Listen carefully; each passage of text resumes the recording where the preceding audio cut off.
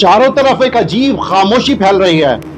कहीं वकीलों को कॉकरोच कहा जा रहा है, कहीं अदालतों में उनके साथ अभद्र भाषा इस्तेमाल हो रही है और कहीं सड़कों पर लाठियों से पीटा जा रहा है। लेकिन सवाल यह है, आखिर निशाना सिर्फ वकील ही क्यों बन रहे हैं? क्योंकि इस मुल्क में अगर कोई अब भी सत्ता की आंखों में आंख डालकर खड़ा होता है तो वो है एक वकील, जो किसी गरीब की टूटी हुई उम्मीद उठाता है, जो किसी बेगुनाह के लिए अदालत में घंटों खड़ा रहता है, जो किसी मजलूम की आखिरी आवाज बनता है, कभी अपनी फीस लेकर तो कभी बिना किसी स्वार्थ के।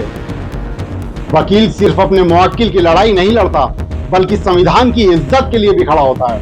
वो इंसाफ बचाता है, वो संविधान बचाता है, वो उस आम आदमी का भरोसा बचाता है जिसके पास पैसे नहीं, पहचान नहीं, ताकत नहीं। और याद रखिए, जब पूरी दुनिया किसी इंसान के खिलाफ खड़ी होती है, तब अदालत में उसके साथ सिर्फ एक वकील खड़ा होता है।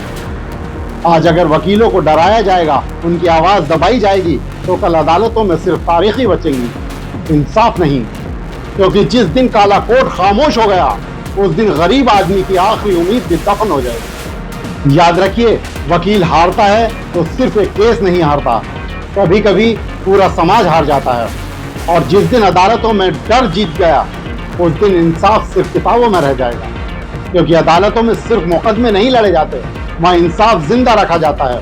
वकील की असली जीत फीस नहीं, किसी गरीब बेगुनाह की मुस्कुराहट होती है। अलम, कानून और हौसलों से लड़ते हैं वकील, वरना इस दुनिया में मजलूम कब के हार गए होते। इंसाफ जिंदा है क्योंकि कुछ लोग अब भी लड़ रहे हैं।